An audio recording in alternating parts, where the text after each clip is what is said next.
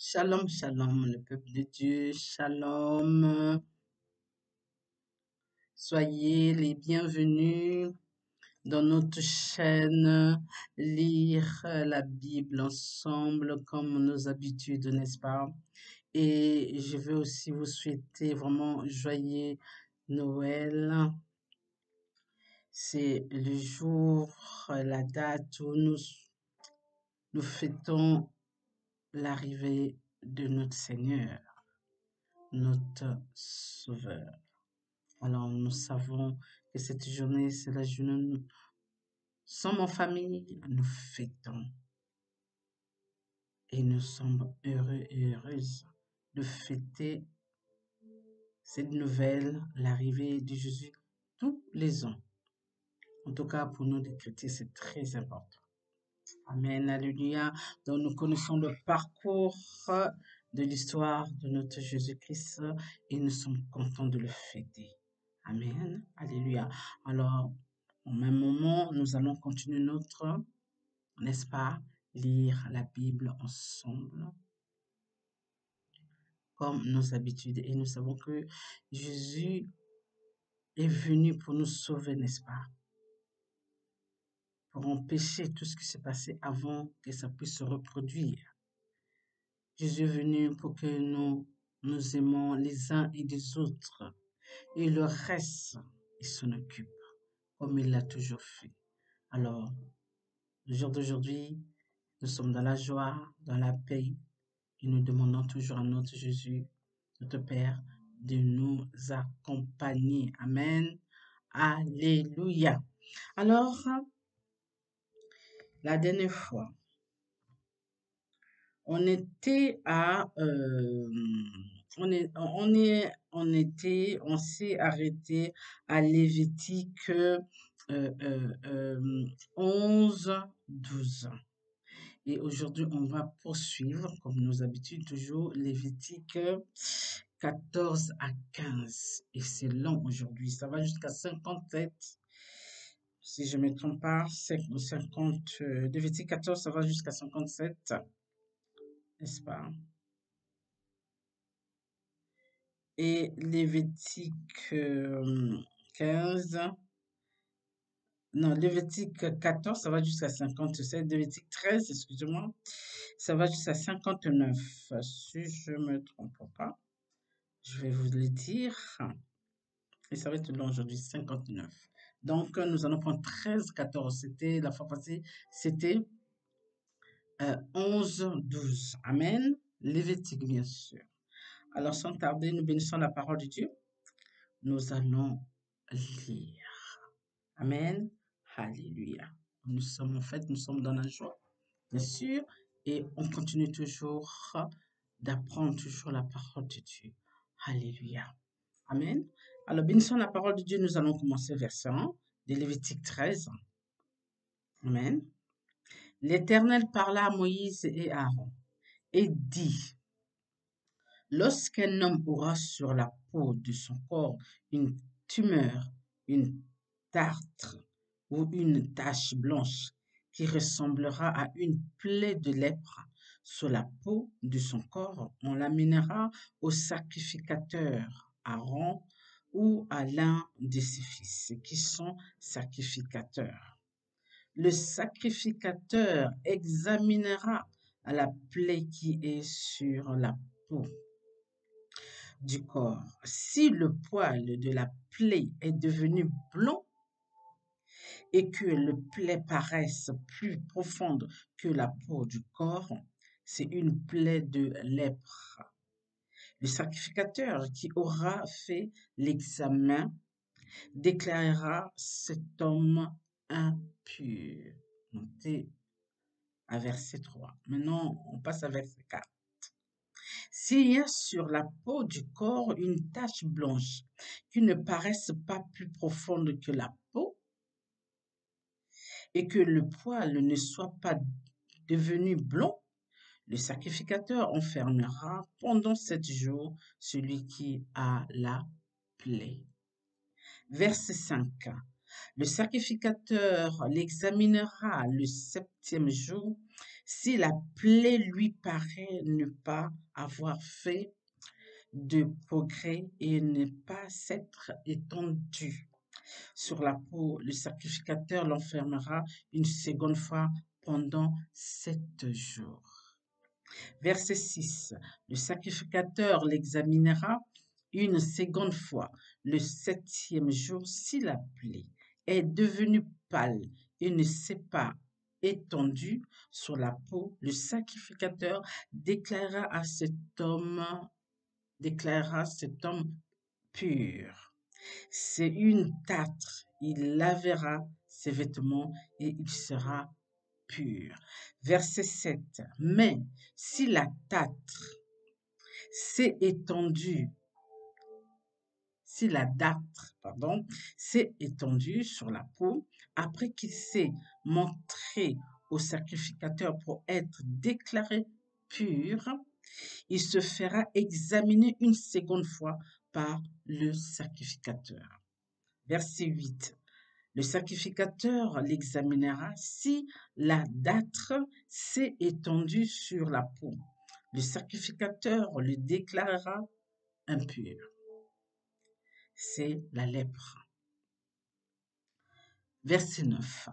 Lorsqu'il y aura sur un homme une plaie de lèpre, on l'amènera au sacrificateur.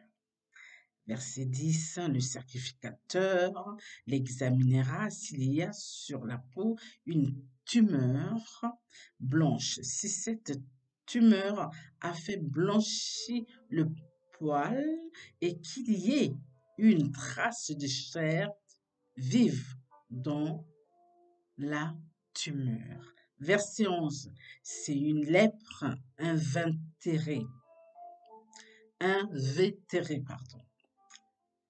dans la peau du corps de cet homme. Le sacrificateur le déclarera impur, il ne l'enfermera pas car il est impur.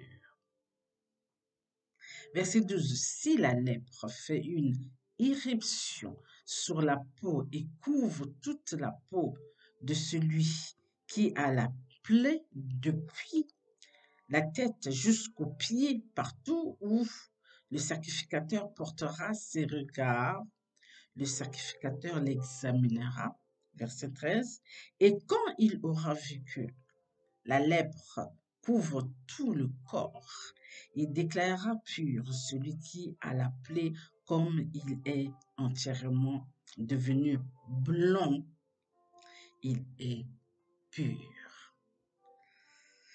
Mais, verset 14, mais le jour où l'on apercevra en lui de la chair vive, il sera impur.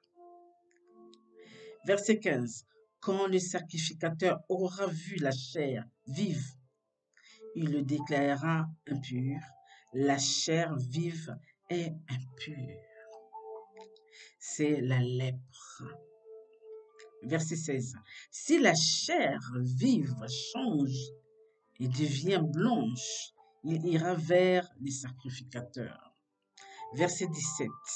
Le sacrificateur l'examinera et si la plaie est devenue blanche, le sacrificateur déclarera pur celui qui a la plaie, il est pur.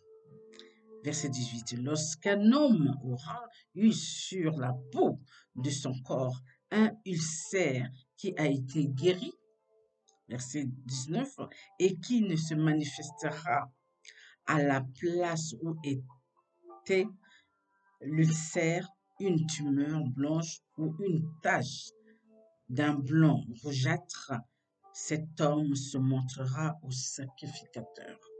Verset 20. Le sacrificateur l'examinera si la tache paraît plus offensée que la peau et que le poil soit devenu blanc. Le sacrificateur le déclarera impur. C'est une plaie de lèpre qui a fait irruption dans l'ulcère. Verset 21. Si le sacrificateur voit qu'il n'y a point de poil blanc dans la tache, qu'elle n'est pas plus enfoncée que la peau, et qu'elle est devenue pâle, il enfermera cet homme pendant 7 jours. Verset 22. Si la tache s'est étendue sur la peau, le sacrificateur le déclarera impur. C'est une plaie de lèpre. Verset 23. Mais si la tache est restée à la même place et ne s'est pas étendue, c'est une cicatrice de l'ulcère. Le sacrificateur le déclara pur. Verset 24. Lorsqu'un homme aura eu sur la peau de son corps une brûlure par le feu, et qu'il se manifestera sur la trace de la brûlure une tache blanche ou d'un blanc rougeâtre, le sacrificateur l'examinera. Verset 25. Si le poil est devenu blond dans la tache et qu'elle paraisse plus profonde que la peau, c'est la lèpre qui a fait éruption dans la brûlure. Le sacrificateur déclarera cet homme impur, c'est une plaie de lèpre. Verset 26. Si le sacrificateur voit qu'il n'y a point de poil blanc dans la tache, qu'elle n'est pas plus offensée que la peau et qu'elle est devenue pâle, il enfermera cet homme pendant 7 jours. Verset 27. Le sacrificateur l'examinera le 7e jour. Si la tache s'est étendue sur la peau, le sacrificateur le déclarera impur, c'est une plaie de lèpre. Verset 28. Mais si la tache est restée à la même place, ne s'est pas étendue sur la peau et est devenue pâle, c'est la tumeur de la brûlure. Le sacrificateur le déclarera pur, car c'est la cicatrice de la brûlure. Verset 29. Lorsqu'un homme ou une femme aura une plaie à la tête ou à la barbe, verset 30, le sacrificateur examinera la plaie. Si elle paraît plus profonde que la peau et qu'il y ait du poil jaunâtre et mince, le sacrificateur déclarera cet homme impur. C'est la teigne, c'est la lèpre de la tête ou de la barbe. Verset 31. Si le sacrificateur voit que le plaie de la teigne ne paraît pas plus profonde que la peau et qu'il y ait point de poil noir, il enfermera pendant 7 jours celui qui a la plaie de la teigne. Verset 32. Le sacrificateur examinera la plaie le 7e jour. Si la teigne ne s'est pas étendue, s'il n'y a point de poil jaunâtre, et si elle ne paraît pas plus profonde que la peau. Verset 33. Celui qui a la teigne se rasera, mais il ne rasera point la place où est la teigne. Et le sacrificateur l'enfermera une seconde fois pendant 7 jours. Le sacrificateur examinera la teigne le 7e jour. Si la teigne ne s'est pas étendue sur la peau et si elle ne paraît pas plus profonde que la peau, le sacrificateur le déclarera pur, il lavera ses vêtements et il sera pur. Verset 35. Mais si la teigne s'est étendue sur la peau après qu'il a été déclaré pur, le sacrificateur l'examinera. Verset 36.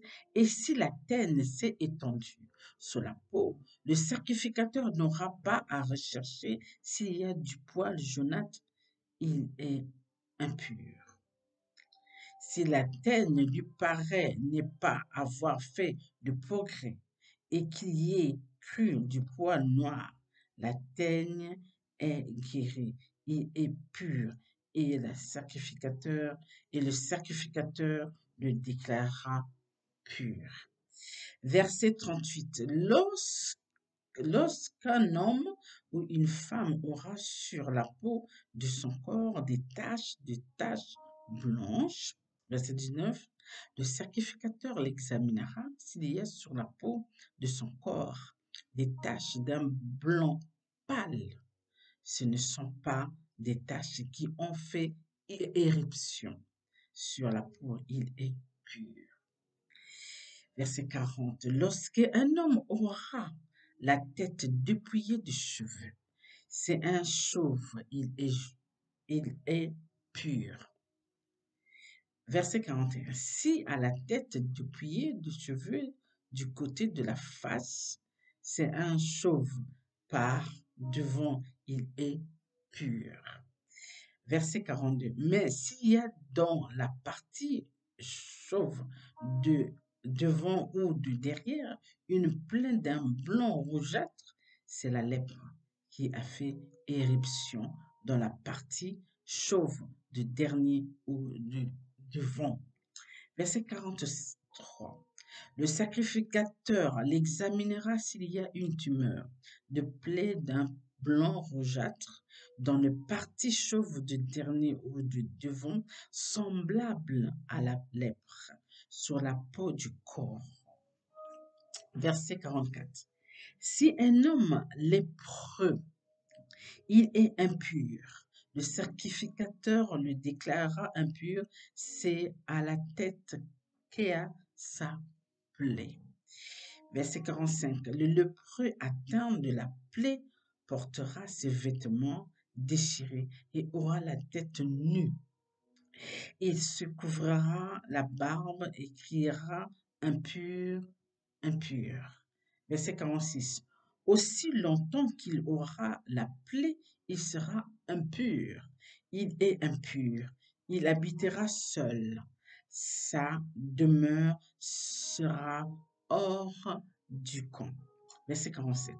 Lorsqu'il y aura sur un vêtement une plaie de lèpre, sur un vêtement de laine ou sur un vêtement de lin, verset 48, à la chaîne ou à la trame de lin ou de laine sur une peau ou sur quelque ouvrage de la peau, verset 49, et que la plaie sera verdâtre ou rougeâtre sur le vêtement ou sur la peau, à la chaîne ou à la trame ou sur un objet quelconque de peau, c'est une plaie de lèpre et elle sera montrée au sacrificateur. Verset 50. Le sacrificateur examinera la plaie et il enfermera pendant 7 jours ce qui en est attaqué. Il examinera la plaie du 7e jour si la plaie s'est étendue sur le vêtement, à la chaîne ou à la trame, sur la peau ou sur l'ouvrage. Quelconque fait de peau, c'est une plaie de lèpre, invétérée. L'objet est impur. Verset 52. Il brûlera le vêtement, la chaîne ou la trame de laine ou de lin, l'objet quelconque de peau sur lequel se trouve la plaie, car c'est une lèpre invétérée, il sera brûlé au feu. Verset 53. Mais si le sacrificateur voit que la plaie ne s'est pas étendue sur le vêtement, sur la chaîne ou sur la trame, sur l'objet quelconque de peau, verset 54, il ordonnera qu'on lave ce qui est attaqué de la plaie et il le renfermera une seconde fois pendant 7 jours. 55.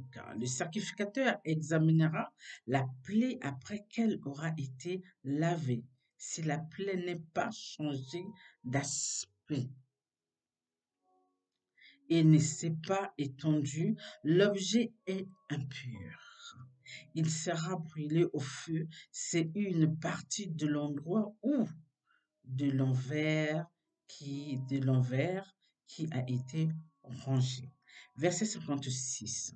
Si le sacrificateur voit que le plaie est devenu pâle après avoir été lavé, il arrachera du vêtement ou de la peau, de la chaîne ou de la trame. Verset 57. Si elle paraît encore sur les vêtements, à la chaîne ou à la trame ou sur l'objet quelconque de peau, c'est une éruption de lèpre. Ce qui est attaqué de la plaie sera brûlé au feu. Verset 58. Les vêtements, la chaîne ou la trame, l'objet quelconque de peau qui a été lavé et d'où la plaie a disparu sera lavé une seconde fois et il sera pur. Notre dernier verset de Lévitique 13, verset 59. Telle est la loi sur la plaie de la lèpre lorsqu'elle attaque les vêtements de la laine ou de lin, la chaîne ou la trame ou un objet quelconque de peau et d'après laquelle ils seront déclarés purs ou impurs. Alléluia.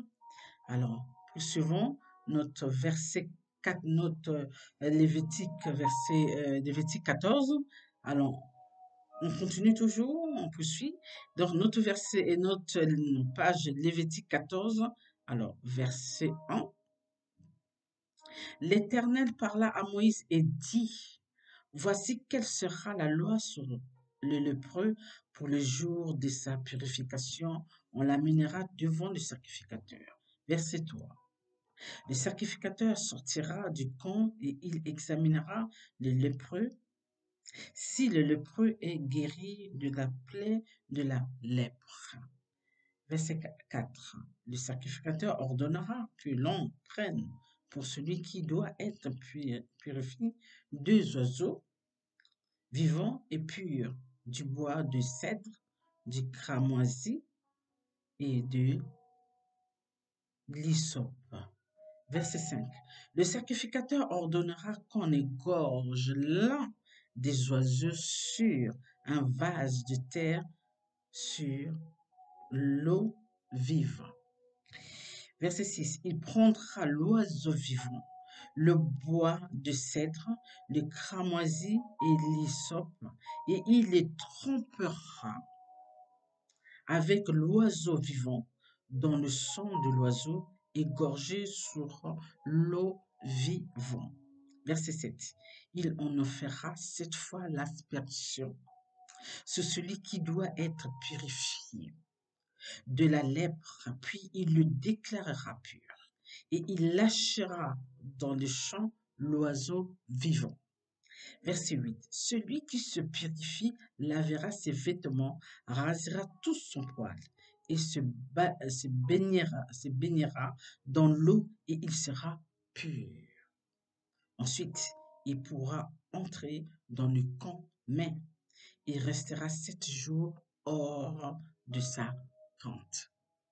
Verset 9.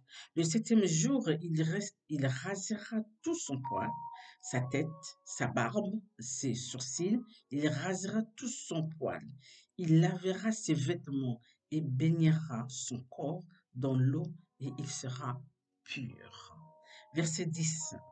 Le 8e jour, il prendra 2 agneaux sans défaut et une brebis d'un an sans défaut.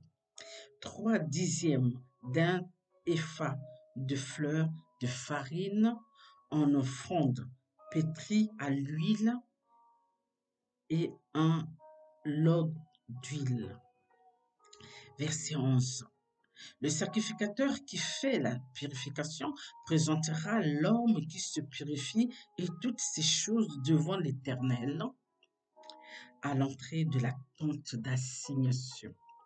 Verset 12. Le sacrificateur prendra l'un des agneaux et il l'offrira en en sacrifice, de culpabilité avec le log d'huile.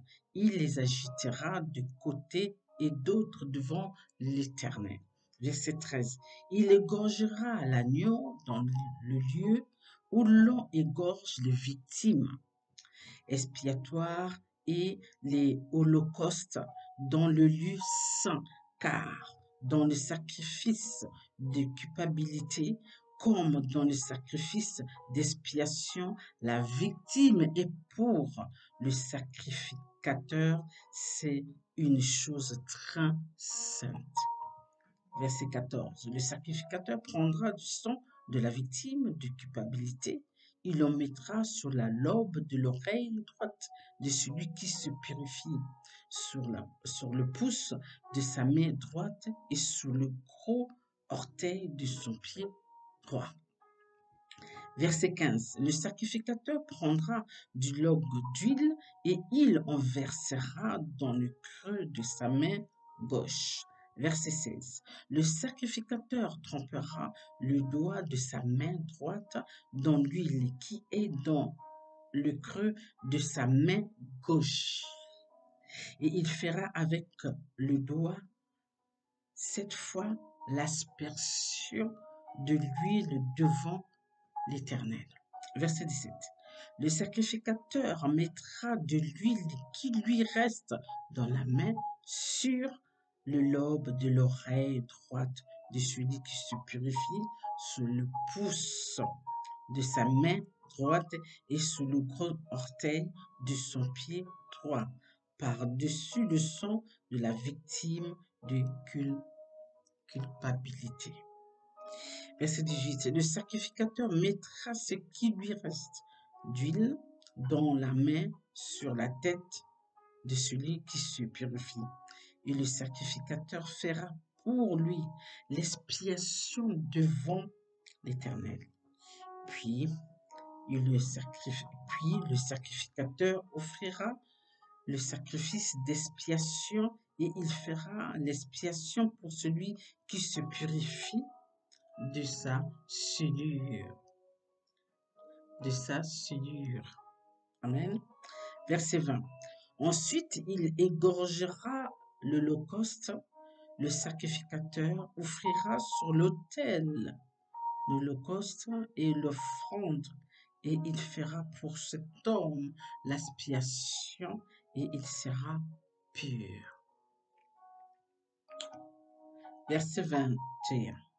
S'il est pauvre et que ses ressources soient insuffisantes, il prendra un seul agneau qui sera offert en sacrifice de culpabilité après avoir été agité de côté et d'autre, et avec lequel on fera pour lui l'expiation. Il prendra un seul dixième de fleur de farine pétrie à l'huile pour l'offrande et un lot d'huile.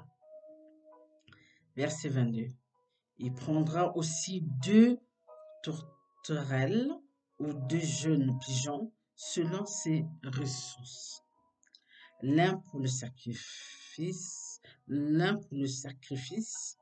d'expiation et l'autre pour l'holocauste. Verset 23. Le 8e jour, il apportera pour sa purification toutes ces choses au sacrificateur à l'entrée de la tente d'assignation devant l'Éternel. Verset 24. Le sacrificateur prendra l'agneau pour le sacrifice de culpabilité et le log d'huile, et il lui agitera de côté et d'autre devant l'Éternel. Il égorgera l'agneau du sacrifice de culpabilité. Le sacrificateur prendra du sang de la victime de culpabilité. Il en mettra sur le lobe de l'oreille droite de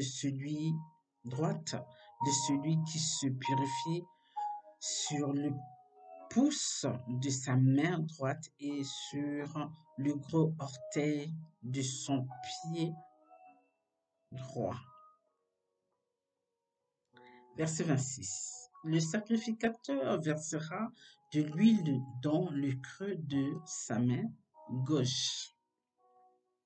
Verset 27. Le sacrificateur fera avec le doigt de sa main droite 7 fois l'aspersion de l'huile qui est dans sa main gauche devant l'Éternel. Verset 28. Le sacrificateur mettra de l'huile qui est dans sa main sur le lobe de l'oreille droite de celui qui se purifie, sur le pouce de sa main droite et sur le gros orteil de son pied droit, à la place où il mit du sang de la victime de culpabilité.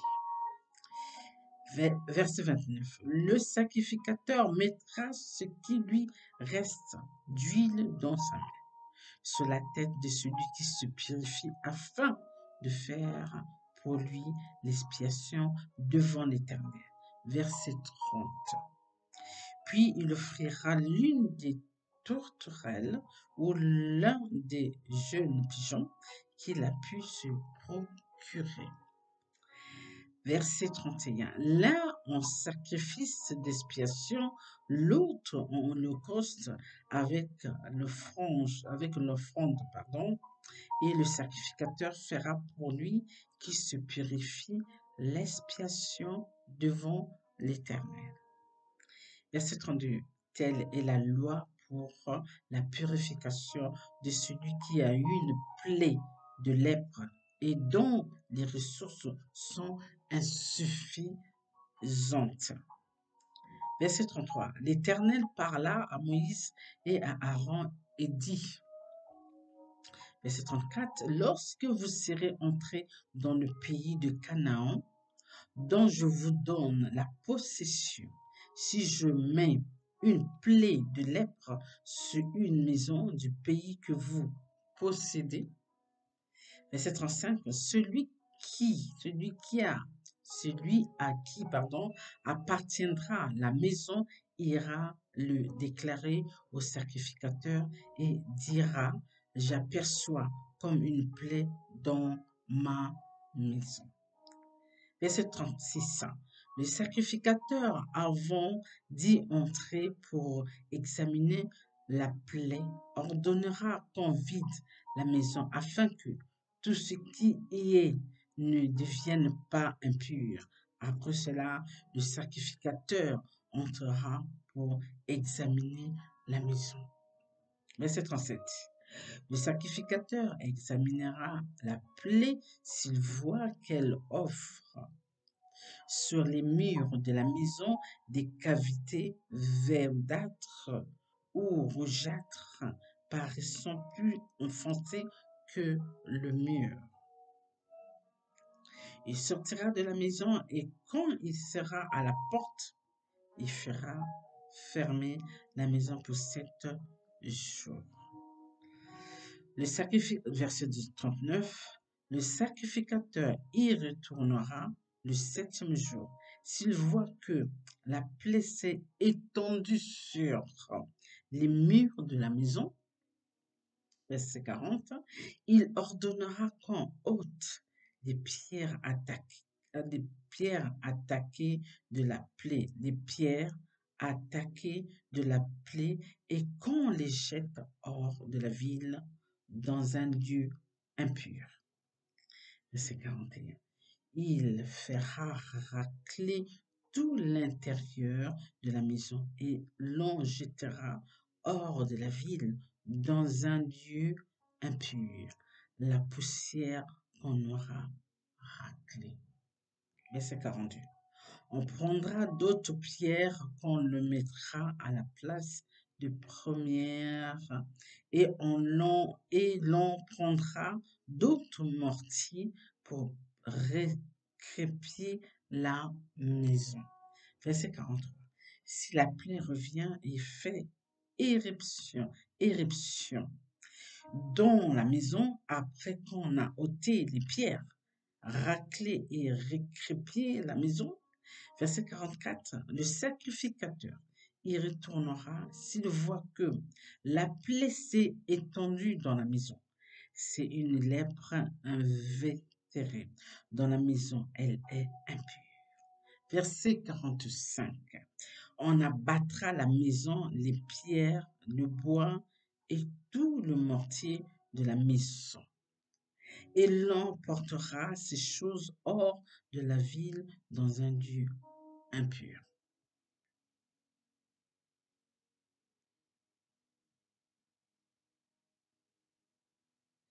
« 46. Celui qui sera entré dans la maison pendant tout le temps qu'elle était fermée sera impur jusqu'au soir.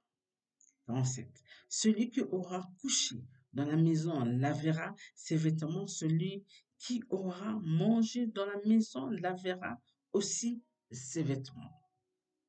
C'est le sacrificateur qui retourne dans la maison voit que la plaie ne s'est pas étendue après que la maison a été récrépie. Il déclara la maison pure car la plaie est guérie. Verset 49. Il prendra pour purifier la maison 2 oiseaux du bois de cèdre, du cramoisi et de l'hysope. Verset 50. Il égorgera l'un des oiseaux sur un vase de terre, sur l'eau vive. Verset 51. Il prendra le bois de cèdre, l'hysope, le cramoisi et l'oiseau vivant. Il les trempera dans le sang de l'oiseau et égorgé et dans l'eau vivante. Et il en fera 7 fois l'aspersion sur la maison. Verset 52. Il purifiera la maison avec le sang de l'oiseau, avec l'eau vive, avec l'oiseau vivant, avec le bois de cèdre, l'hysope et le cramoisi. Verset 53. Il lâchera l'oiseau vivant hors de la ville, dans les champs. C'est ainsi qu'il fera pour la maison, l'expiation et elle sera pure. Verset 54. Telle est la loi pour toute plaie de lèpre et pour la teigne. Verset 55. Pour la lèpre des vêtements et des maisons. Verset 56. Pour les tumeurs, les dards et les taches.